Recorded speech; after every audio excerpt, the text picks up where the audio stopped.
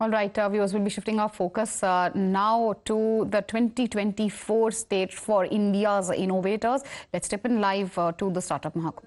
Growing up, life insurance policy with paperwork used to take me 6 months of trying to establish identity. 6 months. Today we give an insurance policy in less than a minute on the go, on the mobile. All this is a function of young startups disrupting the system and aggressively pushing things.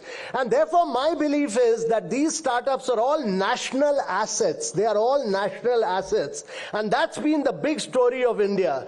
My challenge really is that from number 3, we are number 3 in the world.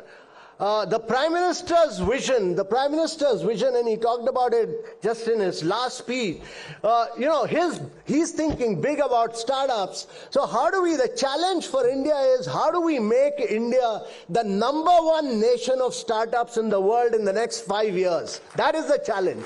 The challenge is, how do you make it number 1 in the world in the next 5 years? And I was actually at Stanford. I was lecturing there, and I really saw the whole ecosystem in a very big way. So let me dwell on a couple of things. And my first point is, and that's an onus on the startups of India in a very big way. And I've seen startups growing, and I've seen startups also like Byju, Zilingo, BharatPe, Mechanic, Housing.com, Inframarket, Trell, all of them collapsing as well. So my first point is that there must be corporate governance is key in startups.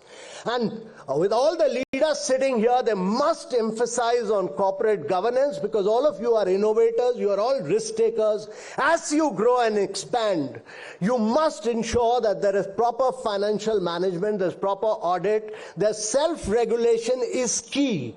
If there is no self-regulation, regulators will get in, government will get it, and that is, if we want to create a vibrant and creative Indian startup movement, there should be no government intervention, there should be no regulator intervention, because you want to ensure the government regulators stifle innovation. We must understand this. Innovation will always be ahead of regulation. But if there is no corporate governance, regulators will step in, government will step in, and therefore this is really a reflection point for startup. As India becomes a global economic powerhouse, startups must create benchmarks in corporate governance and financial management. They must bring in best practices, and by following these best practices, startups will build trust with stakeholders, they will attract investors, and ultimately achieve sustainable growth. That should be the story of India. There should be no lapses. They must adhere to a self-regulating ecosystem with a governance framework, and this will bring in transparency, ethical behavior in our startups. And during the G20, the Startup 20 recommendation, they made very specific recommendation on corporate governance for startups. And my suggestion to all of you is just adopt it as a Bible in addition to following other relevant rules and regulations. This is important.